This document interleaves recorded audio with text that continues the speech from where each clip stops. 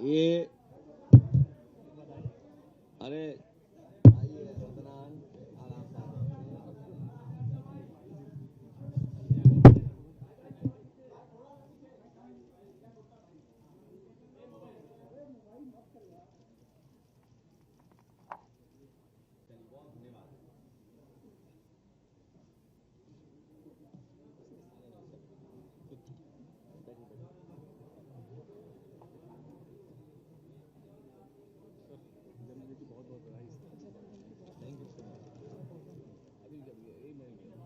चलिए, बहुत धन्यवाद।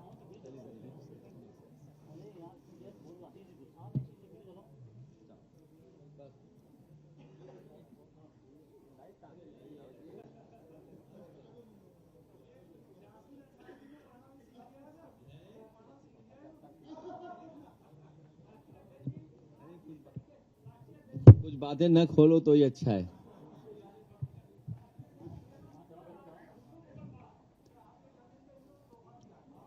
नहीं, ठीक है।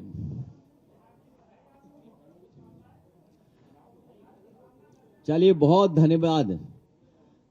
लेकिन जन्मदिन की खुशियों के दिन आपकी उम्र बढ़ जाती है। और कितनी उम्र हो गई? हाँ, अभी तो कम है, ज्यादा फासला नहीं है। 24 साल से ज्यादा फासला है बस। 80 हो गए? नहीं, अध्यक्ष जी का कितना है? 84 का है? नहीं नहीं नहीं, 48 हुए। हाँ, 85। तो यही है कि जन्मदिन तो मनता है, लेकिन जो जिम्मेदारी हम लोगों को मिली है वो पूरी करें। और भगवान ने हमें, आपको, सबको उम्र लगभग बराबर दी है, उसी में हम लोगों को सब कुछ करना है।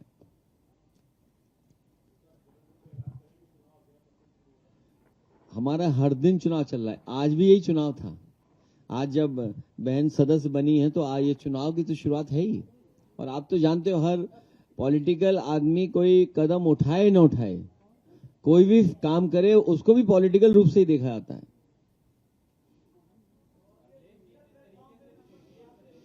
नहीं, वो इसलिए भी जरूरी है कि बहुत से लोग बनना भी चाहते हैं। और मान लीजिए, क्योंकि आज का जमाना है, आपको पता लग जाएगा डेटा से कहां से मेंबर बन रहे हैं। अच्छा, पीडीए प्रभारी हैं ही हमारे वहां पर, प्लस पार्टी को जरूरत भी है कि कुछ हमारी पार्टी को चंदा भी मिल जाए।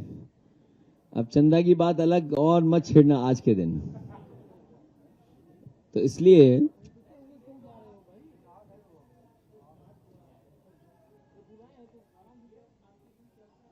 ये, क्योंकि चलता भी रहेगा, और कोशिश होगी कि इसको बड़े पैमाने पर ड्राइव के रूप में भी हम लोग माने इसको, और चलाएं भी। क्योंकि पॉलिटिकली डिजिटल जब डेटा आ जाएगा तो हमें और आसान होगी अपने लोगों से जुड़ने में।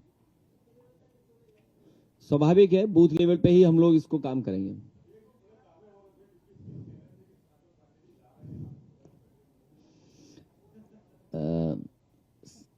आदरणीय सनातन पांडे जी, आदरणीय माता प्रसाद पांडे जी, और आदरणीय बलराम यादव जी, या जितने लोगों को आप स्टेज पे देख रहे हो, ये सब पीढ़ियों से जुड़े लोग हैं। जो दल पीढ़ियों से जुड़ा होता है उसको आसान नहीं होता है। और इसमें तो वो बस अब जानते हो, बाकी बातें क्या बोलना, हमसे बेहतर आप जानते हो। और जो जनता ने वोट से बचा लिया, जो जनता ने वोट से संविधान बचा लिया, अब बीजेपी सांसदों को तोड़ करके संविधान बदलना चाहती है। और ये बड़ा सवाल है। और यूं तो हम कहें कि मर्यादा का पहला नाम, तो पहला भगवान प्रभु श्री राम है, और दूसरा नाम मर्यादा का संविधान है। और भारतीय जनता पार्टी तो दोनों को दगा दे रही है।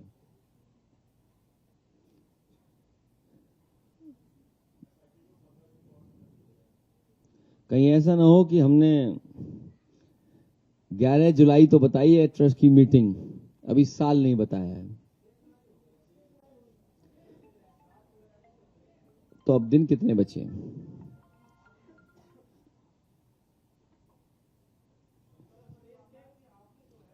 और उनके लिए खतरा तो ये कि दान या चंदा बंद ना हो जाए, दान और चंदा बंद ना हो जाए, क्योंकि ये चुनाव के लिए बड़ी ताकत बन करके आ रही है, संसाधन। और भ्रष्टाचार करके ही सरकार बनाना और फिर सरकार बना के ही भ्रष्टाचार करना, तो ये लोकतंत्र को बड़ा खतरा पैदा हो रहा है।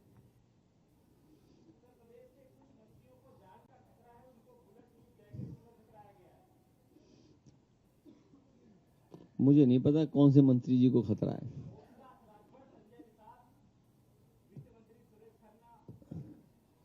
ये मैंने रिपोर्ट नहीं पढ़ी, किसकी रिपोर्ट थी है, इनकी इंटरनल रिपोर्ट होगी। तो कहीं ऐसा तो नहीं बुलेट प्रूफ जैकेट पहनकर किसी और पे हमला करने जा रहे हो ये अदरवाइज भी लो इसको।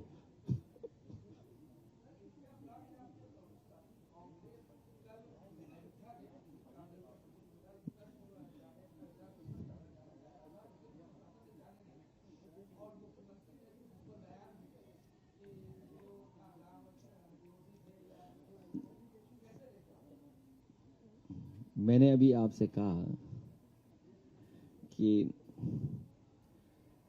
मर्यादा का पहला नाम प्रभु श्री राम और दूसरा संविधान। भारतीय जनता पार्टी ने दोनों को ही दगा दिया।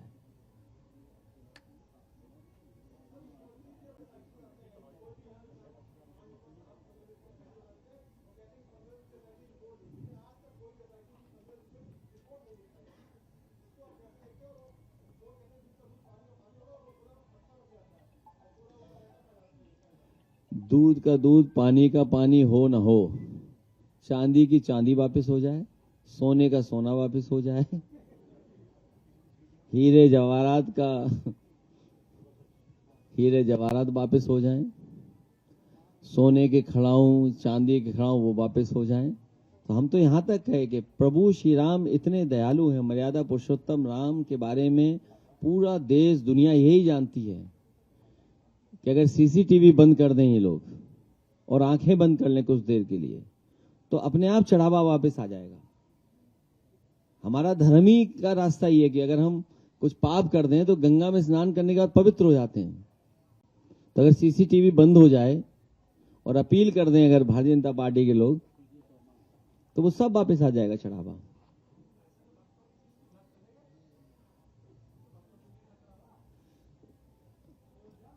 नहीं, जो अगर ले गए हैं तो सुना है कि कर्नाटक तक तार जुड़े हुए हैं, महाराष्ट्र तक तार जुड़े हुए हैं।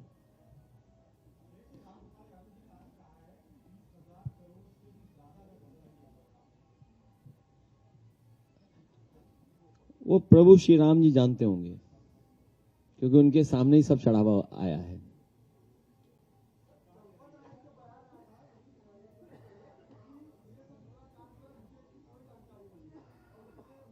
देखिए, इस पे आज के दिन मुझसे चर्चा ज्यादा मत कराओ। भाजपा के लोगों को अपना नाम भाजपा की जगह भाजपा कर देना चाहिए।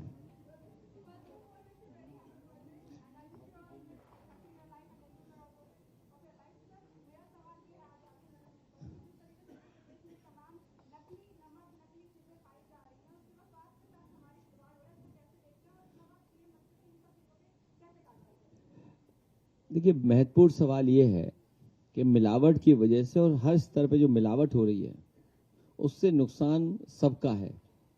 कुछ लोग मुनाफा कमाने के लिए कर रहे हैं, कुछ लोग उसका कारोबार के रूप में मुनाफा कमा रहे हैं।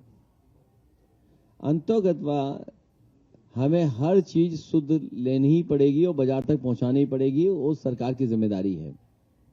उसके लिए विभाग भी हैं और प्रयास यही होना चाहिए कि मिलावट किसी भी स्तर पे किसी भी चीज में ना हो। क्योंकि वो स्वास्थ्य का सबसे ज्यादा हानि पहुंचाता है। जो हेल्थ से खिलवाड़ कर सकता है वो किसी से भी खिलवाड़ कर सकता है, केवल मुनाफे के लिए।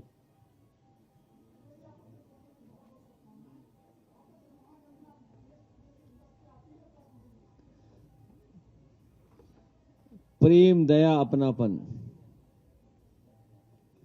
प्रेम के पीडीए, प्रेम, दया, अपनापन हमारे बीच में रहे, हिंदुस्तानियत रहे, हमारी जो मिली जुली संस्कृति है वो बची रहे, हमारी मेल जोल की जो परंपराएं रही उसको हम और बढ़ाएं, गंगा जमुनी तहजीब हमारी और मजबूत हो।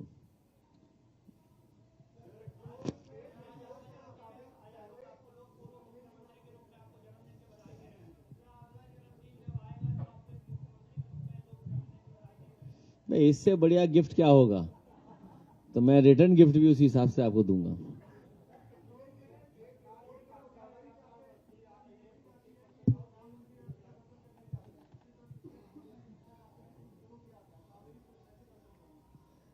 क्या दूसरा सवाल क्या था?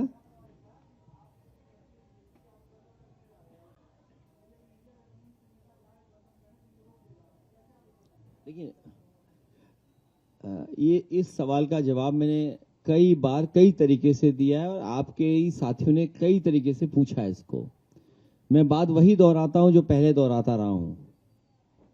भगवान प्रभु श्री राम सबके हैं और प्रभु श्री राम जी बीजेपी के कहने से पहले हम सब लोग मानते थे और हम सब के घरों में राम दरबार रहा है और समय समय पर हम पूजा पाठ करते हैं। कोई ऐसा भारतीय सनातनी नहीं है जिसके घर परिवार में ये परंपरा न चलाई जाती हो, लेकिन हर चीज भारतीय जनता पार्टी तय करती है।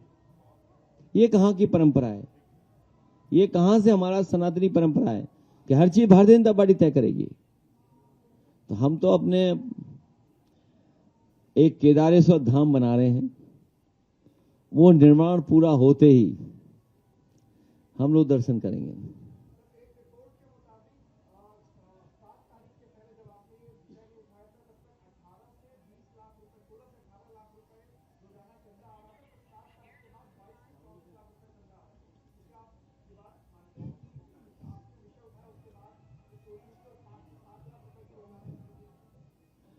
भारतीय जनता पार्टी ने संविधान, आस्था और श्रद्धा से खिलवाड़ की है। भारतीय जनता पार्टी ने संविधान, श्रद्धा और आस्था से खिलवाड़ की है। और जहां तक चढ़ावा और चंदे का सवाल है, हमारे देश की जनता इतनी दयालु है, भोली वाली है, जिस समय उन्हें महसूस हो जाएगा कि ये रामधन के प्रभु श्री राम जी के पास पहुंच रहा है, उनके रामधन की चोरी नहीं होगी, उसी दिन आप देखोगे परिवर्तन देखने को मिल जाएगा।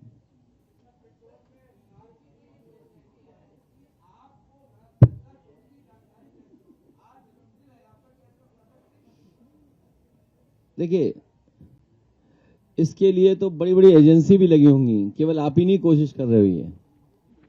मैंने जो कुछ किया, और मैं फिर बोलता हूं आपको, जब मैं इटावा का मंदिर निर्माण कराने जा रहा था तो मुझे ये नहीं पता था कि ये जो मंदिर निर्माण होगा ये शिव शक्ति अक्षरेखा पर आ जाएगा। न मुझे ये जानकारी थी कि जमीन उसी पर है।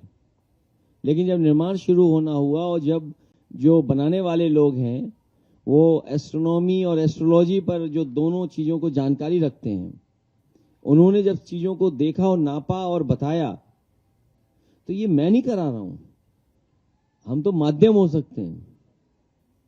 इसी तरीके से किसी साथी ने कुछ बताया होगा, हो सकता है आपका ही कोई साथी रहा हो,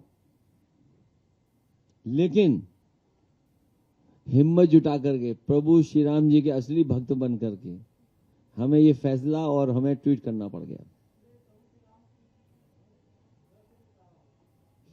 नहीं तो, क्योंकि मैं नहीं कह सकता हूं वो बात, इतनी बड़ी बात मैं नहीं कह सकता हूं, लेकिन विचार कहां से आता है? विचार का आना और फिर इतना बड़ा निर्णय लेना।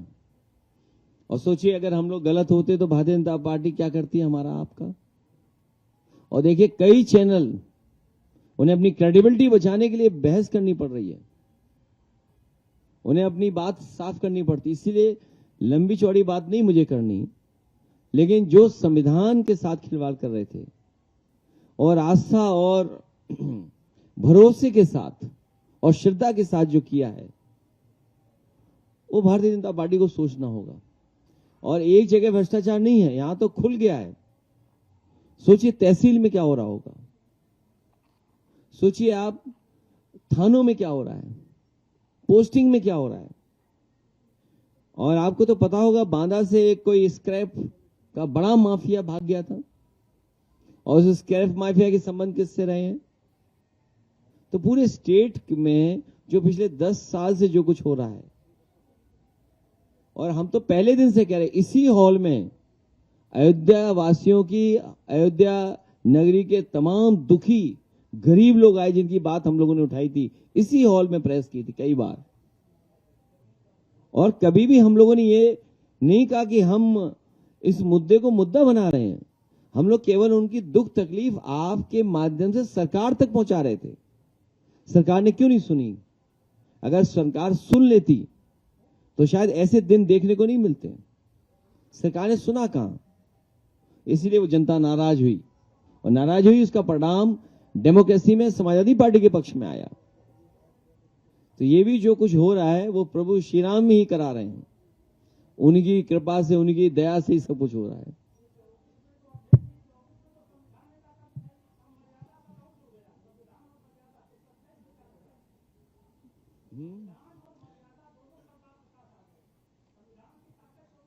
नहीं, हमारे पास नहीं आ गए, ये चक्र है, हाँ? जो लेके आए हैं, जो सोशल मीडिया पे चल रहा है। तो आपको देखिए ना, प्रभु श्री राम के साथ इस तरह का व्यवहार, और वो भी मंदिर में ऐसा व्यवहार नहीं